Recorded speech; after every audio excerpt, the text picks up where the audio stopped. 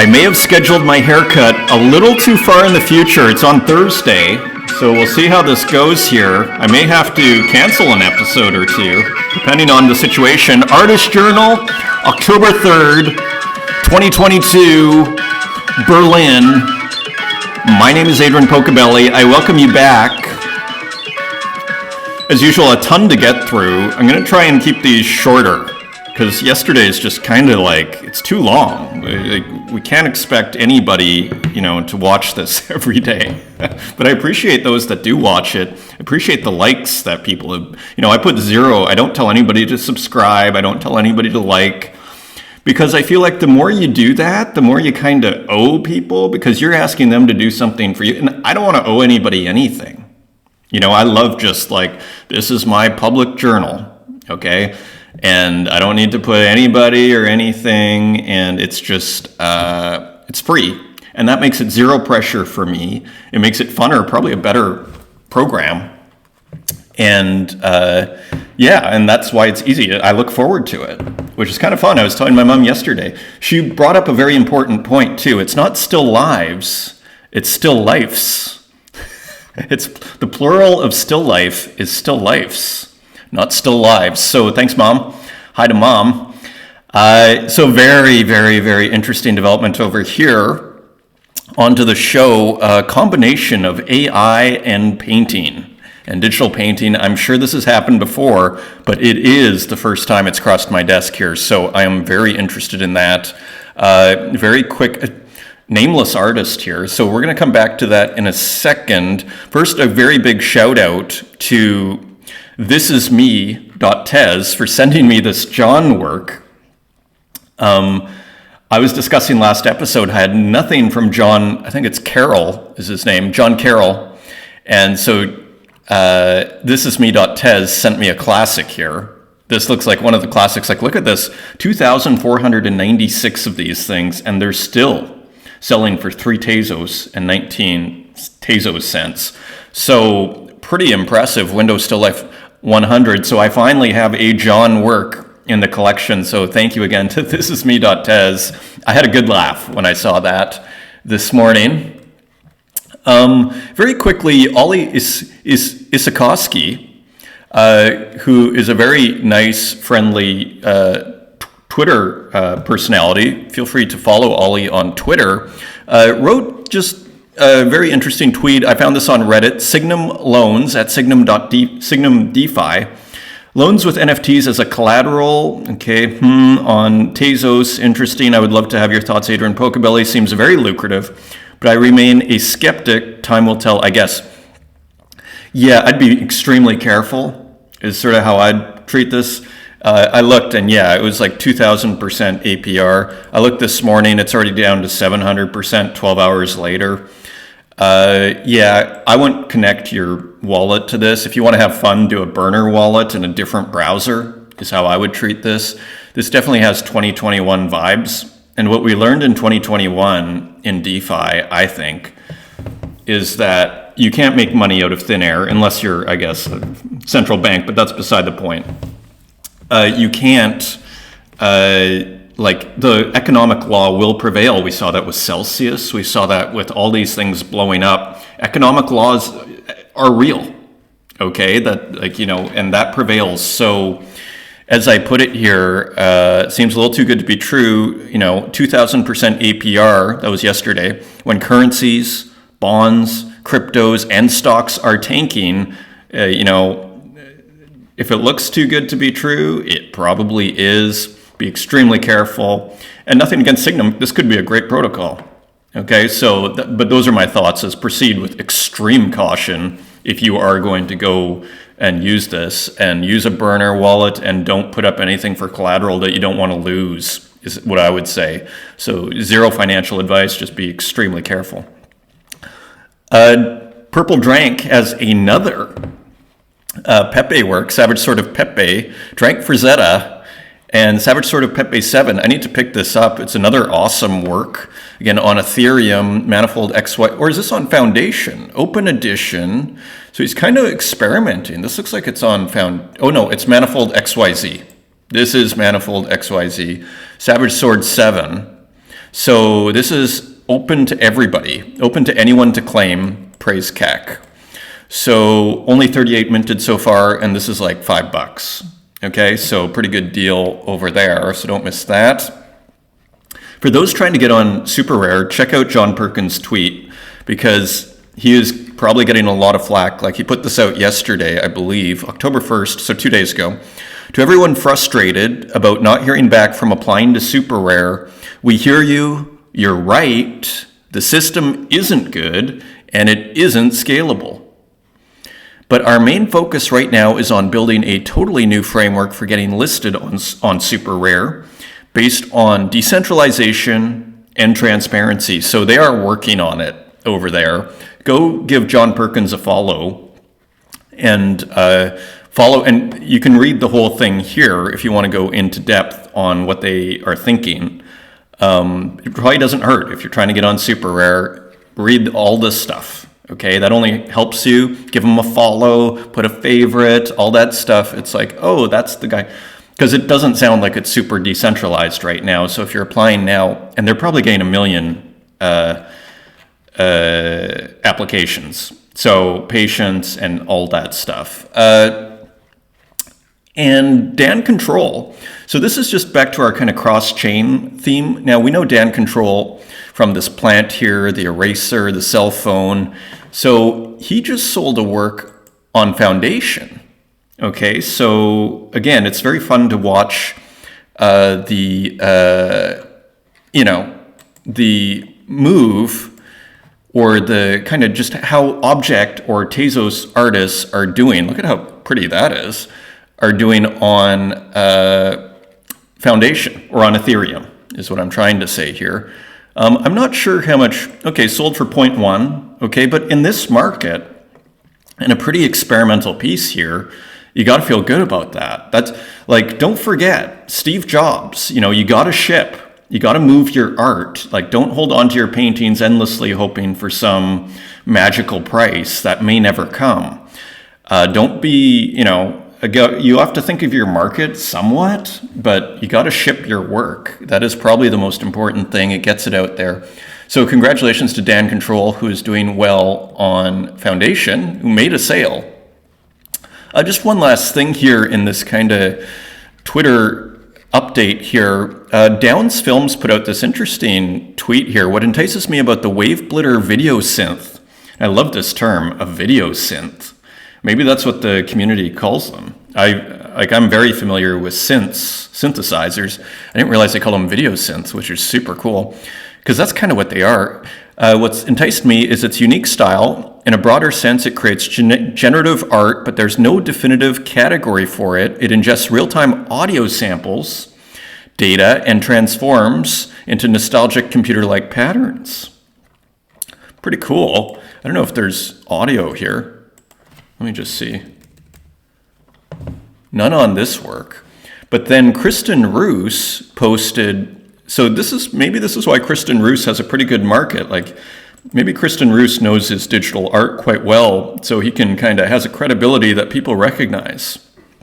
It's very possible. Edward Zajac, 1971, IBM 9044 plotter. So interesting. Now, plotters are super interesting too. Like, I've never used a plotter, but man, do I ever want to. I think we had, was there, I think someone, like pen plotter. Like, who doesn't want one of these? It almost looks like a sewing machine or something. So, yeah, I would love to experiment with one of these. It's going to happen. It has to happen. But again, like, you got to pick your battles, and one thing at a time here. So God of War, let's go back to this for a second, then we'll go back to some other AI works. God of War lent me a night, Huskies, kind of all mysterious. A Genesis work, I guess, by this artist who is combining AI with digital painting on top, and I think the contrast is very nice. It kind of gives a little bit more, and I don't want to, this is probably the wrong word, but the word I was going to use which is probably the wrong word, but for illustrative purposes, a little more legitimacy, for lack of a better term. Because here it's like, okay, this is not, it's back to this pressing a button criticism. And we've already discussed the pressing a button criticism and said, okay, when I started using, what's it called, Midjourney, I was like, okay, this is harder than it looks. And I actually used DALL-E yesterday on my phone, used up all my credits pretty quickly there. So I'll have to buy some more. It's not as easy as it looks, but then so interesting combination of painting, digital painting, and AI is the point here. Now, if we go back, then there is this guy whose name, let's just call him Ortska. This guy we had on yesterday doing some what I'd consider pretty nice compositions here. These all look like they could be famous paintings in an alternate reality, especially this one, with the bikes and everything. These have all been put out, like my notifications, I followed them yesterday. There's probably like 50 paintings that were put out. I bought like 2 or 3, and like, I don't know how many notifications. Like if we just take this one, for example, okay, minted yesterday, like you see how many are being put out here. And it's 13 pages, and you start to go back to this idea of, if they released 25 works, which I think they did, maybe more yesterday, with kind of a pretty consistent, look at this. With a pretty consistent kind of look to it, that's kind of convincing, persuasive enough, it kind of returns back to this pressing a button criticism. Okay, and they're selling for a Tezos, and you know what? The more of these that come out, and like the faster these, if he's putting out 25 a day, I started to think to myself, and I bought a few of these before the waterfall of more of them came out, just as I discovered the artist, maybe a Tezos is the right price. I'm just, speculating to myself, but that's what I start to think. If this person can put out 30 good paintings a day, maybe a Tezos is the right price, because even these, I'm not like jumping on them. I already got like 5 or 6, and I'm like, if they're this easy to make, like how important and how collectible and et cetera, et cetera. But on the positive side here, back to Clown Vamp here, happy Sunday, AI Sunday, 5 artists showing what humans can do with the wonders of AI. So I thought we could quickly just take a very quick look at what Clown Vamp profiled here, because he is definitely on the pulse of the AI scene. So kind of interesting, very interesting. Again, it almost looks like a massive painting, but it's a window. I've never seen a room like this. So I go, same with these massive windows. So I go, okay, cool. Not exactly sure. Oh, we have race car Twitter legend Nicholas Dimes. So I'm not exactly sure what's going on here. Eros C'est la Vie, we already looked at some of their work. This one, I think we looked at some of their work, Indido. So just to give us, again, my goal as we survey AI is to actually consume as much as possible. Because I think the more we consume, and that's the more we consume, the more we're going to know. And the solution to understanding AI art and what to make of it is by consuming the art, not by reading some dense text that, really gets us nowhere. We need to know from the art itself. Javier Tomeo, Hyper Opulence, this looks like another AI work. Javier is part of what I think is like some sort of AI collective, MAIF. I think Stranger Thing was telling me about it. A lot of the AI people seem to be a part of that, whatever that is. So this looks like another just head-turning AI work. Again, like the labor that would be required here would be pretty intense. And again, it's not easy to make work like this. I was discovering last night. Varya has a couple of other works, a couple of houses here. I think it's a she. Raw AI, house number 19, Homes Inside Out. Okay? So almost like a dollhouse here. And I thought they were just kind of attractive paintings, another one. And you see how quickly these are all getting constructed. So again, back to this, how do we value AI art narrative? So interesting. And we're back to Danielle King, who is combining artists, an imagined collaboration between Kurt Schwitters and Sam Gilliam. I think Kurt Schwitters he was like the Merzbow guy. There are the Merz works. If you know the Japanese noise artist Merzbow, he named them after Kurt Schwitters. I think they were called Merz works. So an imagined collaboration between a couple of, I don't know who Sam Gilliam is, but maybe Kurt Schwitters is a modernist. So anyways, but not terrible results. That's what I'd say here. Now this is back to this. So we're getting back to the Hen reunion and another painting collaboration with AI by an artist I already followed, Ilya Shkipin. And you see this kind of jump here in this work here. I think this is quite a nice work, a little risque, but painting-wise, pretty spectacular, actually. Like, very impressive. Edition of 100, available for 2 Tezos. Looks like there's about 70 left. I think they're going pretty fast. This minted only a few hours ago, so get it while you can. So very interesting. More Hen reunion stuff. I love this Abnormal series by Spogels Maskinen in this separate account that he made. Maybe he's doing that to get rid of the bots or the flippers a little bit, I suspect. Let's see if we can play this. So at ATM.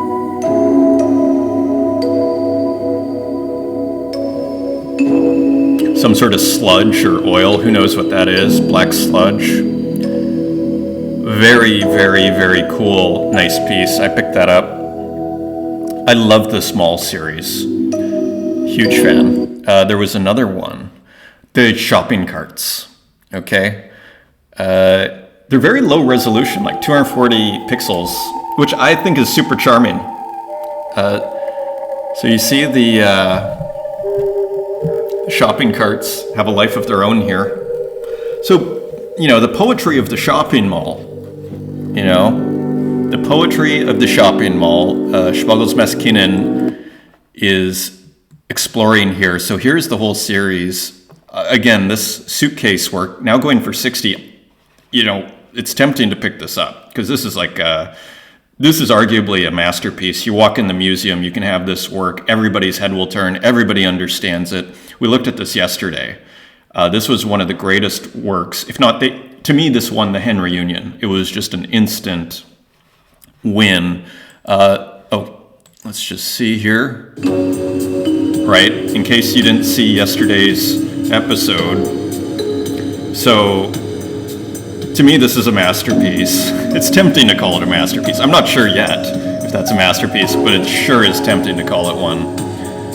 Like, again, you put that at the first thing you see. I went to Kindle yesterday here in Berlin, which is a pretty prominent contemporary art institution, and they had nothing this exciting. I don't mean to, and so I won't mention anything floor or whatever, but I just thought to myself, the contrast was enormous. And I actually was thinking about like this work, and I was like, that work in that institution over there would just be like, everybody would be excited and everybody would talk about it afterwards as remember the suitcase work. So I think.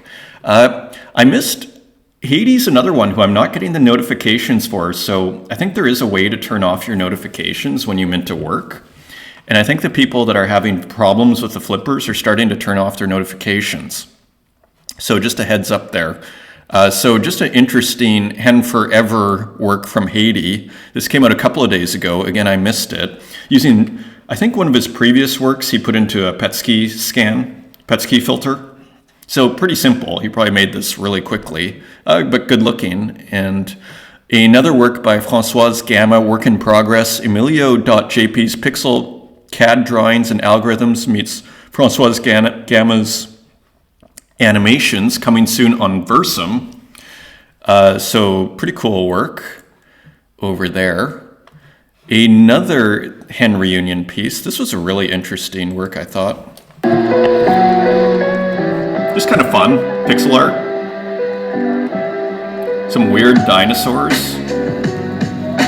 How long is this? Like a minute 24. So part of that genre where there's like a song almost. Pretty cool music. Pretty cool. It's fun. It is definitely not boring. Okay, that much is clear.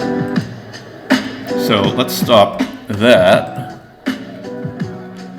Very cool work. Who is this? Brave.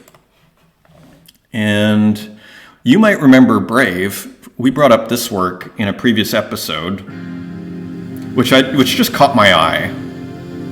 I never picked it up, but I just thought, there's something just kind of special about this work. And the music, again, was really good on this.